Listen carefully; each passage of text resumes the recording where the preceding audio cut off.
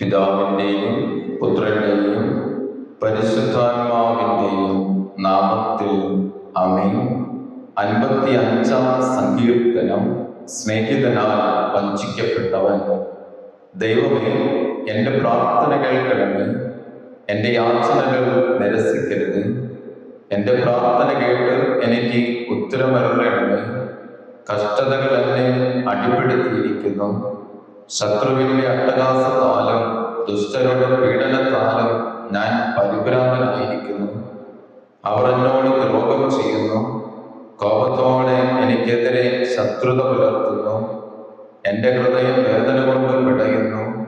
മരണഭീതി എൻ്റെ മേൽ നിബന്ധിച്ചിരിക്കുന്നു. ഭയവും വിറയലും എന്നെ പിടികൂടിയിരിക്കുന്നു. പരിഭ്രാന്തി എന്നെ ഗ്രസിച്ചിരിക്കുന്നു. ഞാൻ പറഞ്ഞു, പ്രാവിനെ പോലെ ചിറകുണ്ടായിരുന്നെങ്കിൽ ഞാൻ പറന്നുപോയി വിശ്രമിക്കുമായിരുന്നു. ഞാൻ വിദൂരങ്ങളിൽ ചുറ്റിത്തിരിയുമായിരുന്നു. വിജനതയിൽ ഞാൻ വസിക്കുമായിരുന്നു. കൊടുങ്കാറ്റിൽ നിന്നും ചുഴലിക്കാറ്റിൽ നിന്നും ബന്ധപ്പെട്ട് അകന്ന് സങ്കേതം തേടുമായിരുന്നു. കർത്താവേ, അവരുടെ ഉദ്യമങ്ങളിൽ പരാജയപ്പെടുത്തണമേ. അവരുടെ ഭാഷകളെ ഭിന്നിപ്പിക്കണമേ. നഗരത്തിൽ ഞാൻ അക്രമവും കലഹവും കാണുന്നു. രാവും പകലും അവർ അതിൻ്റെ മതിലുകളിൽ ചുറ്റി നടക്കുന്നു. അതിൻ്റെ ഉള്ളിൽ ഉപദ്രവങ്ങളും കുഴപ്പങ്ങളുമാണ്. അതിൻ്റെ മധ്യേ വിനാശം കുടികൊള്ളുന്നു. അതിൻ്റെ തെരുവുകളിൽ നിന്ന് മർദ്ദനവും വഞ്ചനയും വിട്ടുമാറുന്നില്ല. ശത്രുവെല്ലാം എന്നെ നിന്ദിക്കുന്നത് ആയിരുന്നെങ്കിൽ ഞാൻ സഹിക്കുമായിരുന്നു. എതിരാളിയല്ല എന്നോട് ധിക്കാരപൂർവം പെരുമാറുന്നത് ആയിരുന്നെങ്കിൽ ഞാൻ അവനിൽ നിന്ന് മറഞ്ഞിരിക്കുമായിരുന്നു. എന്നാൽ എൻ്റെ സഹചരനും ചങ്ങാതിയും കുറ്റസ്നേഹിതനുമായിരുന്ന നീ തന്നെയാണ് അത് ചെയ്തത്. നമ്മൾ ഉള്ളു തുറന്ന് സംസാരിക്കുമായിരുന്നു. നമ്മൾ ഒന്നിച്ച് ദേവാലയത്തിൽ കൂട്ടായ്മ ആചരിക്കുമായിരുന്നു. അവരെ മരണം പിടികൂടട്ടെ. ജീവനോടെ അവർ പാതാളത്തിൽ പതിക്കട്ടെ.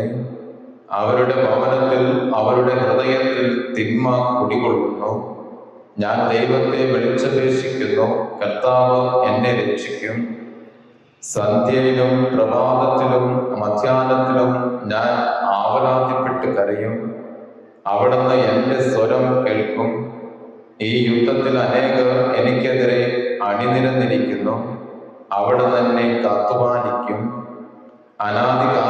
കാലം മുതലേ സിംഹാസനസ്ഥനായ ദൈവം എൻ്റെ പ്രാർത്ഥന കേട്ട് അവരെ ലജ്ജിതരാക്കും. എന്തെന്നാൽ അവർ കൽപ്പന പാലിക്കുന്നില്ല, ദൈവത്തെ ഭയപ്പെടുന്നുമില്ല. എൻ്റെ കൂട്ടുകാരൻ തൻ്റെ സുഹൃത്തുക്കൾക്കെതിരായി കൈനീട്ടി. അവൻ തൻ്റെ ഉടമ്പടി ലംഘിച്ചു. അവൻ്റെ സംസാരം എണ്ണയേക്കാൾ മൃദുലമായിരുന്നു. പക്ഷെ അവൻ്റെ ഹൃദയത്തിലോ പടയൊരുക്കും. അവൻ്റെ വാക്കുകൾ എണ്ണയേക്കാൾ മയമുള്ളവ, എന്നാൽ അവ ഉറിയൂരിയ വാളുകളായിരുന്നു. നിന്റെ ഭാരം കർത്താവിനെ ഏൽപ്പിക്കുക, അവിടുന്ന് നിന്നെ താങ്ങിക്കൊള്ളും. നീതിമാൻ കുലുങ്ങാൻ അവിടുന്ന് സമ്മതിക്കുകയില്ല. ദൈവമേ, അങ്ങ് അവരെ അത്യഘാതത്തിലേക്ക് തള്ളി വീഴ്ത്തും. രക്തദാഹികളും വഞ്ചകരും ആയുസ്സിന്റെ പകുതി എത്തുകയില്ല. എന്നാൽ ഞാൻ അങ്ങിൽ ആശ്രയിക്കും.